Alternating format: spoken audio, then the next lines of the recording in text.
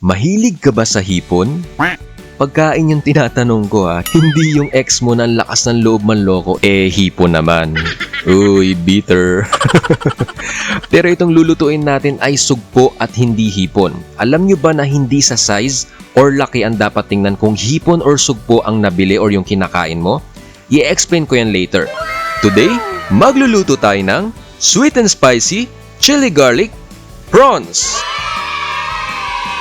Kumusta guys? Kumusta architects? Welcome back to my YouTube channel. Ako si Architect CK at ako ang inyong kusinerong arkitekto. Hindi tayo gagawa ng bahay dito guys dahil ito ay cooking channel. Yung complete list of ingredients na madaling i-screenshot ay nasa end ng video or nasa description box below. Kaya, kung gusto mong matuto magluto niyan, tara na sa masayang pagluluto.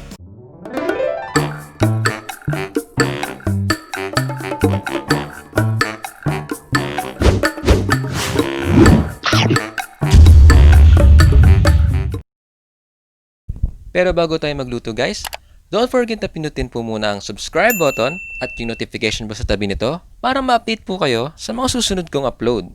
Una guys, meron tayo rito mga sugpo. Ayan, if mapapansin nyo, pinutol ko na yung parang sungay niyan. Parang yung jowa mo, putulan mo agad ng ano yan, ng sungay kapag nagkaka-attitude.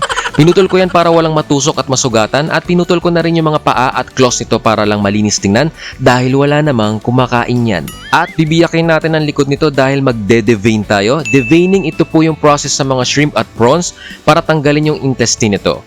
Ayan, biyakin lang natin ang likod niyan at hiwain na rin natin yung ibabaw ng laman para makita natin yung intestine niya. Yan, if makikita ninyo, yan yung sand vein niya. Explain ko yan in a while. At gagamit tayo ng toothpick para mas mabilis kunin at hugutin. Gusto mo yon? May hinuhugot. Ayan, tanggalin nyo lang yan at gawin nyo lang yan sa lahat ng sugpo at hugasan ng mabuti. At muntik ko na makalimutan, binili ko po ito sa Happy Go Mart. Maliliit kasi yung hipon at sugpo sa wet market na malapit dito sa amin. Ayun, at buti naalala ko yung Happy Go Mart na meron nga pala sila nito. Guys, binili ko to binayaran ko to, hindi po ito bigay. Kasi guys, maganda ang advocacy na Happy Go Mart kaya madalas ko rin silang mabanggit sa recipe videos ko. Tumutulong sila sa mga construction workers na nawalan ng trabaho ngayong may problema tayo sa buong mundo. At syempre, bukod dyan ay hindi ka nalalabas if may kailangan kang sahog sa lulutuin mo, lalo na sa panahon ngayon, i-deliver pa sa bahay mo mismo, o diba? At if ever guys, maitim or dark yung blood vein ng sugpo ninyo, ayan dito yan, ay pwede nyo rin tanggalin yan. Dito yan makikita sa inner curve ng sugpo or hipon. Ayan.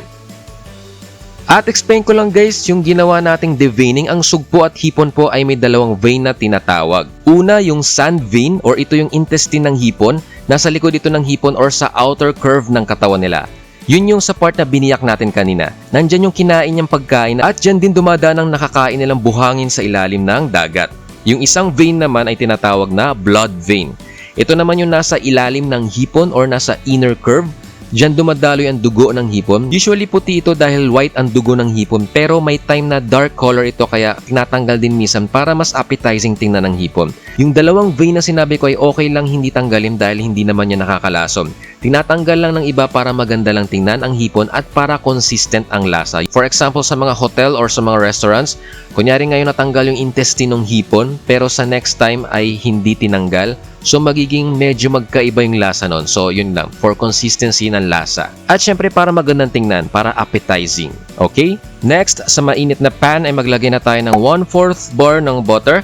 Dapat ay hindi sobrang lakas ng apoy ninyo dahil masusunog ang butter ninyo dahil sa milk solids na content niyan. Ayan, tunawin lang natin yan ng kaunti. At sa laging sinasabi ko sa ibang recipe ko ay hindi ko na usually tinatapos matunaw yan at ilalagay ko na agad yung igigisa nating sibuyas. Ayan, simutin na natin yan dahil nakaw ang mahal ng sibuyas ngayon. Ayan, igisa lang natin to.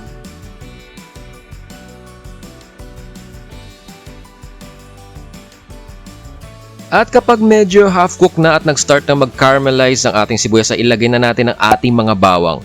Hindi ko nahihintay mag-brown ang ating mga bawang. Ang gusto ko lang dito ay maglabas lang siya ng flavor niya at hindi yung tostadong lasa ng bawang. Kaya hindi natin gagawing brown yan. Ayan, igisa lang natin to ng kaunti.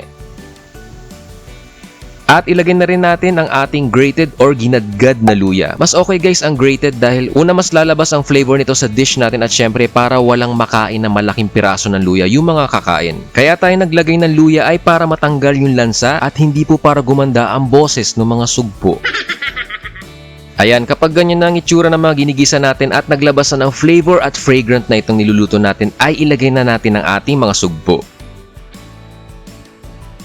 Ayan, explain ko na yung difference ng sugpo at ng hipon. Ayan, nag-drawing pa ako guys para sa inyo. Alam nyo bang hindi sa size or laki masasabi kung sugpo or hipon ang nabili ninyo? Hindi porket malaki ay sugpo or prawns agad ang tawag dyan dahil meron ding mga hipon na lumalaki hanggang 12 inches or isang ruler ang laki. Ito ang mga dapat tingnan ninyo para malaman ang difference ng sugpo or prawns sa hipon or shrimp. Ipapakita ko lang sa inyo yung difference nila sa itsura. Yung ibang mga bagay na pinagkaiba pa nila ay hindi ko na lahat sasabihin. Baka maging biology lecture na kasi ito, no? I-google mo na lang, hindi ako ang teacher mo. Una, sa shrimp or hipon po ay yung second segment ng shell nila ay nakapatong sa first and third segment. Dahil dyan kayang lumangoy ng hipon or shrimp ng naka-letter J or letter C na body form. Samantalang sa sugpo or prawns ay ang each segment ng shell nila ay nakapatong or naka-overlap sa kasunod niya sa likod or each segment overlaps the one behind the other. At dahil dyan, usually ang body form ng mga sugpo sa paglangoy ay almost straight lang at hindi nila sobrang kayang lumangoy na nakabend unlike sa hipon. Ang pinag-uusapan po natin dito ay yung buhay pa po sila, no? Nasabihin na naman ng iba dyan bakit nung naluto bumaliko or nagbend? Ibang usapan na po yun dahil yung meat niya ay nag-contract dahil nainitan, which is gano'n naman po ang nangyayari sa lahat ng klase ng protein gaya ng meat. Pangalawa po ay yung hipon or shrimp ay merong 2 pairs or dalawang pares ng paa na may maliit na claws or yung sipit sa harapan, samantalang ang sugpo or prawns ay 3 pares naman. Pangatlo, bonus lang po ito, ang shrimp or hipon kapag nangitlog ay nakadikit lang yung mga itlog sa ilalim ng katawan nila para limliman. Doon lang yan nakadikit hanggang mapisa. Samantalang ang sugpo or prawns ay kapag nangitlog ay sinasaboy nila or nire-release nila sa tubig at bahala na kung saan dumikit yung mga itlog nila hanggang doon mapisa. Pero kahit pa may differences sila, alam nyo bang pareho lang ang lasa nila?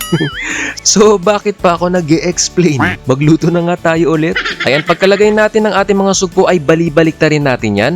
Marami nagsasabi na kapag nagbago na yung color niyan ay luto na raw agad yan. Ayan, tingnan nyo, binaliktad na natin. Meaning ba luto na yung loob niyan? Syempre hindi pa. Pwede nating masabi yan sa maliliit na hipon or sugpo. Pero sa ganito kalaki na kasing laki ng palad ay for sure hindi pa luto yung loob niyan dahil malaki to.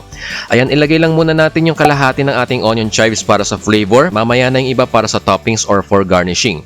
Igisa pa natin to ng kaunti. Guys, sa ganito kalaking hipon or sugpo ay kapag totally wala na kayong makitang kulay niya nung hilaw pa siya ay safe na sigurong dagdagan mo ng 3 to 4 minutes pa ang pagluluto para masabing luto na to. Pero guys, sa low to medium heat lang ma-overcook yan kapag masyadong malakas ang apoy ninyo. At sabawan lang natin to ng kaunti, meron tayo ditong water at nagtunaw lang tayo ng kaunting cornstarch para magkaroon ng kaunting lapot itong ating sauce. Ayan, ibuhos lang natin yan. Kaunti lang ang nilagay natin dahil may iba pa tayong ilalagay para mas sumarap yung ating sauce. Guys, sauce ang pronunciation at hindi po sauce. Ay sauce. Ayan, naglagay tayo ng chicken bouillon cube para dagdag sarap. Tunawin lang natin yan.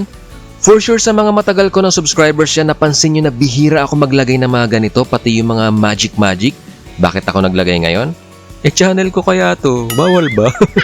Next, isa to sa magdadagdag ng sarap dito sa niluluto natin. Pinakita ko na rin to sa previous Instagram stories ko na madalas naming ilagay sa sausawan at talaga naman nakakaganang kumain. Ito po ay chili garlic oil na galing kay Miss Alia. Ayan, small business lang po siya na since nasarapan ako ipakita ko na rito sa channel ko. If gusto nyong umorder kay Miss Alia, ayan po ang Facebook page niya and contact numbers. Hindi po to OA sa anghang, medyo kaya nga siya ng ibang bata rito sa bahay. At perfect na ka-partner ng siomai. Naku, ang sarap nito guys. Naglagay muna tayo ng 2 tablespoons at since familiar naman ako sa gaano siya kaanghang ay magdadagdag pa ako ng another tablespoon. Lalong bumango guys nung nagdagdag tayo ng chili garlic oil. Ayan kung naaamoy nyo lang. Naku, sarap. Ayan, haluin lang natin to ng kaunti. Hindi ko sure guys if pareho tayo na magiging lasa ng luto if ibang chili garlic oil ang gagamitin nyo Siyempre, iba-iba naman sila ng timpla. Next, maglagay tayo ng sweet chili sauce na alam naman natin na walang anghang. Baka sabihin na naman ng iba dyan na naglagay ka na nga ng chili garlic oil tapos naglagay ka pa niyan. Hindi nga ako naanghangan Nakipag-away. Sunod, ilagay naman natin ang ating banana ketchup. Ayan. Guys, if tomato ketchup ang ilalagay nyo ay hindi magiging pareho ang lasa rito sa niluto ko ha. Ewan ko, pero para sa dish na to, mas prefer ko ang banana ketchup kasi mas maasim yung tomato ketchup. Ayan, haluin lang natin yan ng kaunti.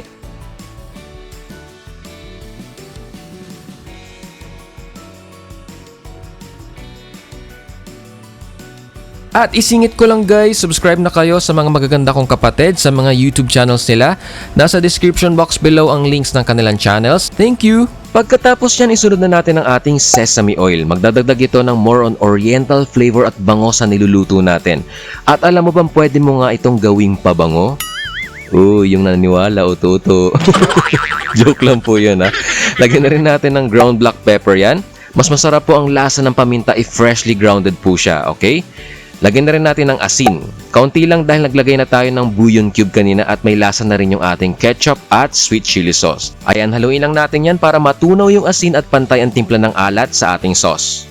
Guys, nakadepende sa dami ng niluluto ninyo kung gaano katagal ang pagluto sa sugpo or hipon ha. Nakadepende rin yan sa lakas ng apoy or kung gaano kainit ang lutuan ninyo. Kaya ako, para maiwasan ng overcooked na sugpo or hipon, ay naka low to medium heat or in between low and medium heat lang po ang lakas ng apoy ng aking stove. Ang mga sign po na na-overcook ninyo ang inyong sugpo or hipon ay kapag matigas na at makunat yung laman nito, at saka kapag dumikit na yung laman ng hipon or sugpo sa balat or shell nito na ang hirap tanggalin kapag kumakain ka na. Next, lagyan na natin ng binating itlog. Isa lang po ang ginamit kong itlog ngayon. May mga nagtatanong kasi bakit laging dalawang itlog ko ang nilalabas ko. Di isang itlog ko lang ang nilabas ko ngayon. Oh, happy ka na. Ayan, ikalat lang natin yan dito sa ating niluluto. Magdagdag ito ng texture sa ating sauce. At ilagay na natin yung remaining onion chives natin para may green na makita for flavor and aesthetic purposes na rin. Bilisan lang natin dahil maluluto na yung itlog. Ayan, halu-haluin lang natin ito para ma-break at maikalat natin yung itlog na nilagay natin.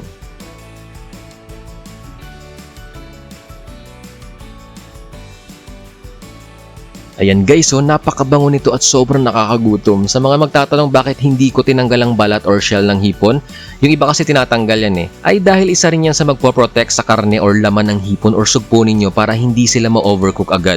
Saka pahirapan nyo naman ng kaunti ang mga bisita nyo. Ano, kakain lang ng mahal na sugpo nang hindi pinaghirapan? Hayaan nyo sila magbalat niyan. Salbahe. Saka kapag tinanggal nyo ang shell niyan ay automatic matatanggal din yung ulo niyan. Nandyan yung pinaka main source ng flavor ng hipon or sugpo Parang sa relasyon nyo lang yan, nawala yung love kaya nawala rin ang kayo. Wala na kayo. Humuhugot na naman po ako. Sa mga nagsasabing bawal ang hipon at sugpo sa mga may problema sa kolesterol sa dugo at may mga heart disease, depende naman sa kaso ng cholesterol level mo, kaya ask your doctor. Pero pwede nyo namang tanggalin yung ulo dahil nandun yung cholesterol niyan at makakakain ka pa rin ng hipon at sugpo pero yung laman lang. Pero alam nyo bang good source of protein at low in calories ang laman ng hipon at sugpo, kaya favorite yan ng mga nag-gym lalo na sa ibang bansa. At meron din ng sugpo at hipon ng healthy omega-3 fatty acids na nakakatulong para makaiwas tayo sa sakit sa puso at kolesterol sa dugo. Meron din itong selenium na isang importanteng antioxidant para makaiwas tayo sa cancer. At meron din itong vitamin B12, iron, and phosphorus. Masustansya ang hipon at sugpo pero syempre ingat po tayo sa kolesterol or yung taba na nasa ulo niya. Eat in moderation, hindi yung kung makakain ka ay parang wala nang bukas. Okay? Ayan, syempre tikman muna natin ito bago iserve. Excited na ako!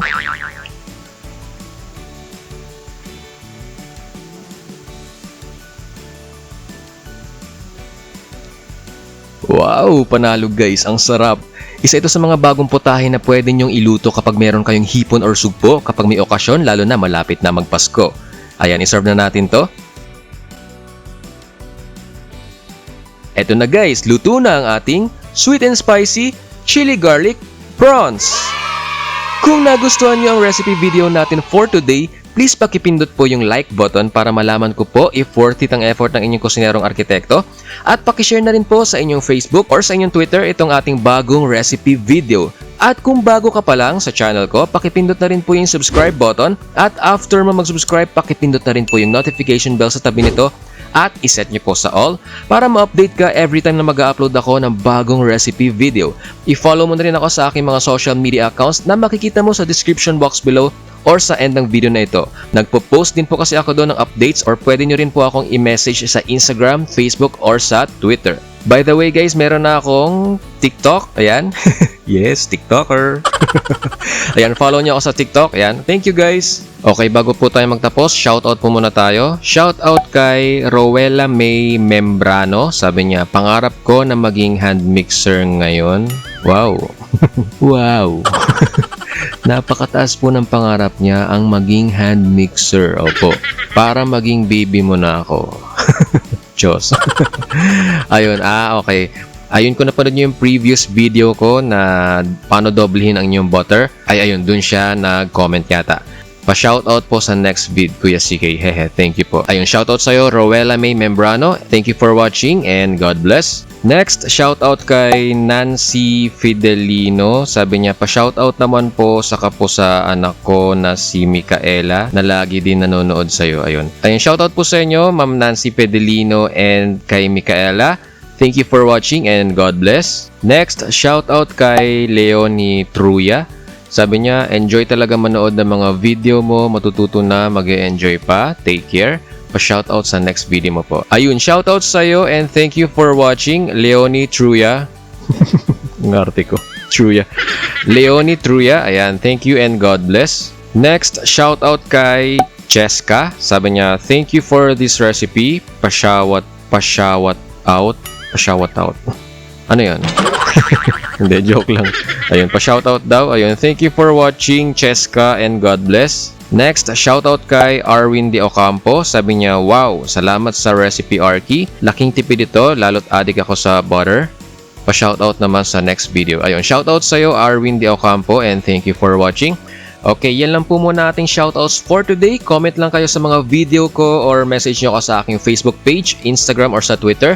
Ako po ulit ang inyong kusinerong arkitekto na nagsasabing, ang pagluluto hindi kailangang boring, smile ka lang para sumarap ang cooking. Stay healthy guys, ingat kayo palagi. Love you all, thank you for watching, and see you on my next video.